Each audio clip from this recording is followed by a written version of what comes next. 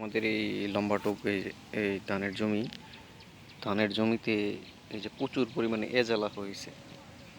এজালাটা হওয়ার কারণে ধানগুলো আর কি সঠিকভাবে হইতেছে না, কারণ এগুলা 30% পরিমাণ বৃদ্ধি পা, যার কারণে আর কি অতিরিক্ত এজালা হয়ে গেছে। এজালা হওয়ার কারণে ধানগুলো সঠিকভাবে হইতেছে না, যার জন্য আমি আর কি পানিগুলো ছেড়ে দিছি, যাতে এগুলা শুকায় গেলে যখন পানি না থাকবে এজেলাগুলো আর হবে না। এই এজেলাগুলো আবার মাছের খাদ্য হিসেবে ব্যবহার করা হয়। এটা এজেলা মাছের জন্য অনেক পুষ্টিকর, এর মধ্যে প্রোটিন থাকে। মাছের খাদ্য হিসেবে এগুলো ব্যবহার করা হয়। আমি কিছুক্ষণ পরে এগুলো আমি আমার মাছের জন্য কিছু আর কি নিয়ে দিব আর কি, এই এজেলাগুলো তুলে। এতে আমার এই যে ধানের ক্ষেতটাও পরিষ্কার হবে, ধানগুলো একটু মনে হয় ভালো হয়ে যাবে। তার জন্য আমি এখান থেকে পানি কমিয়ে দেব। দেখি এই দিক দিয়ে আমার কিছুক্ষণ আগে ড্রেন নিষ্কাশনের ব্যবস্থা আছে, পানি নিষ্কাশনের ব্যবস্থা আছে। প্রচুর পরিমাণে খেতে জ্বালা হয়েছে।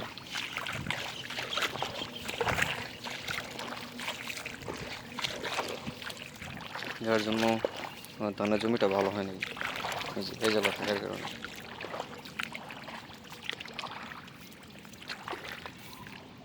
নিজে ছোট ছোট মাছ এখানে নাই, দেখা যেতেছে না।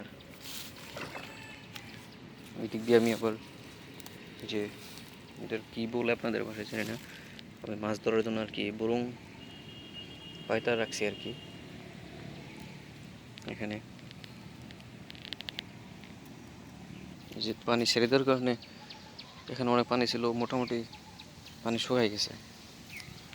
পানি থাকার কারণে এখানে দাওয়ানো হয়নি ঠিক মতো।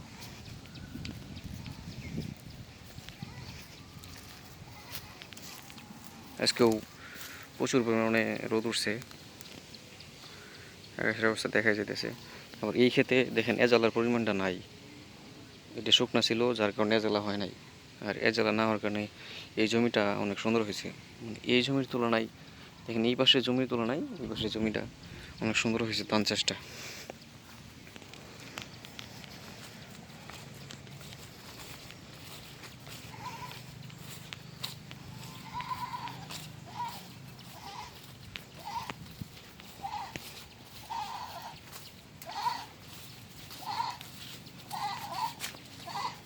আর এই দিক দিয়ে এখানে আমি আমার এই জালার চরের ভিতরে আমি ছাগল রেখে গেছিলাম।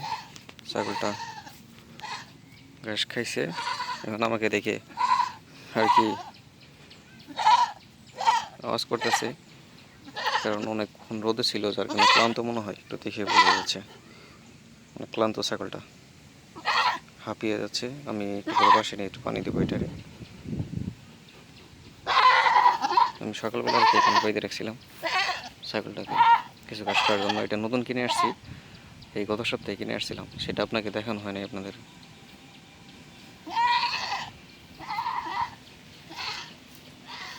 যে আমি 6% 30% বলছিলাম গতকাল জ্বালার জন্য, যেটু জ্বালা আর কি তোলা হয়েছে, নিয়ে গেছে। আমি এখন এই বীজতলাটা এখন মোটামুটি খালি হয়ে গেছে, আমি এটা চাষ করে দেব। চাষ করে এখানে আমি ধান রোপণ করে দেব।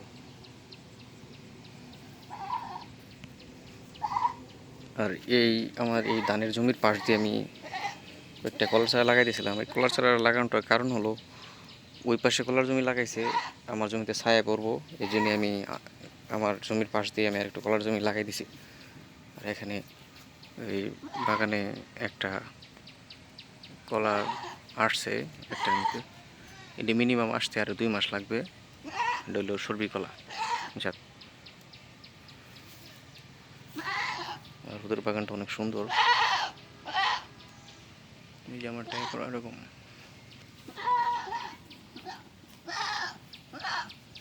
সাইকেলটা অনেক ক্লান্ত হয়ে গেছে বাসায় যাওয়ার জন্য। নেওয়ার জন্য এটা খুলে দেবো, যাতে উনি বাসায় যেতে পারে।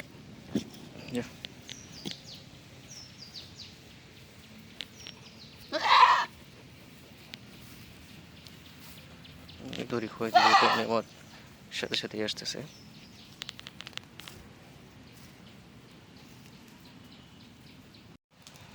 এই যে এজলাগুলো আমি পুকুরে দিছি, দেওয়ার পরে কার্প জাতীয় মাছগুলো এখানে খাইতেছে।